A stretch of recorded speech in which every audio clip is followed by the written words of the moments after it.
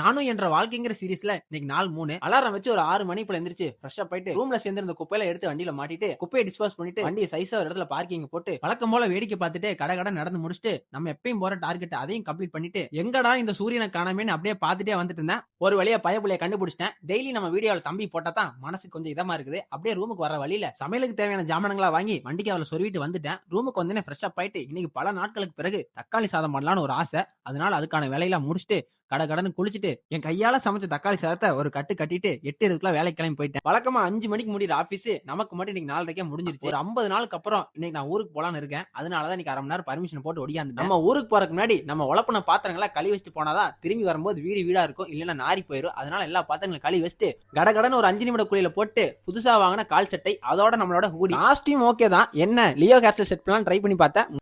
காலையில வாங்கின 1/4 லிட்டர் பால கல்பா அடிச்சுட்டு அப்புறம் அப்படியே ஊருக்கு போனா அவங்க தேவைப்படுற சமாச்சாரங்களை எல்லாம் பேக் பண்ணிட்டு ரூம்ல இருந்து கிளம்பிட்டேன். 50 நேரம் பெட்ரோல் பங்கு விட்டு ஒரு 1000 ரூபாய்க்கு பெட்ரோல் அடிக்கணும்னு முடிவு பண்ணியிருந்தேன். ஆனா தம்பி 950 ரூபாய்க்கு நிறைஞ்சு வழிஞ்சிட்டு அப்புறம் அப்படியே சக்கரத்தை காத்து நிரப்பிட்டு வழக்கமா நம்ம போற சாலையை தவிர்த்துட்டு புதுசா ஒரு சாலையில ட்ரை பண்ண இந்த மேம்பால கட்டி இதுல நம்ம பயணிக்கவே இல்லை. இன்னைக்கு ஒரு சான்ஸ் கிடைச்சு விடுறா வண்டியை சொல்லிட்டு விட்டுட்டேன். சும்மா சொல்லக்கூடாது, பயங்கரமா இருக்குது. நானும் இப்ப முடியும் அப்ப முடியும்னு பாக்குறேன், பால சும்மா போயிட்டே இருக்குது. அப்படியே நம்ம பேர்ல ஒரு ஹோட்டல் வேற இருந்துச்சு, அதை பார்த்துட்டு அப்படியே கீழே இறங்குறேன். பயங்கரமான டிராபிக். முக்கி 3 கிலோமீட்டர் 30 நிமிஷம் தாண்டிட்டு பைபாஸ் வந்ததுக்கப்புறம் தான் உயிரே வந்துச்சு. அதுக்கப்புறம் என்ன சும்மா பறக்க வேண்டியதுதான்.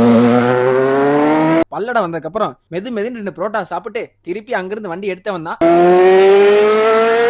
ஒரு 3 மணி நேரத்துக்கு பிறகு அப்படியே வீட்டுக்குள்ள என்ட்ரி குடுக்குறேன். ஒரு 50 அரக்கால் டவுசர் எப்படியாச்சும் ஒரு 10 டவுசர் எடுத்து அமைத்திடலான்னு பாக்குறேன்.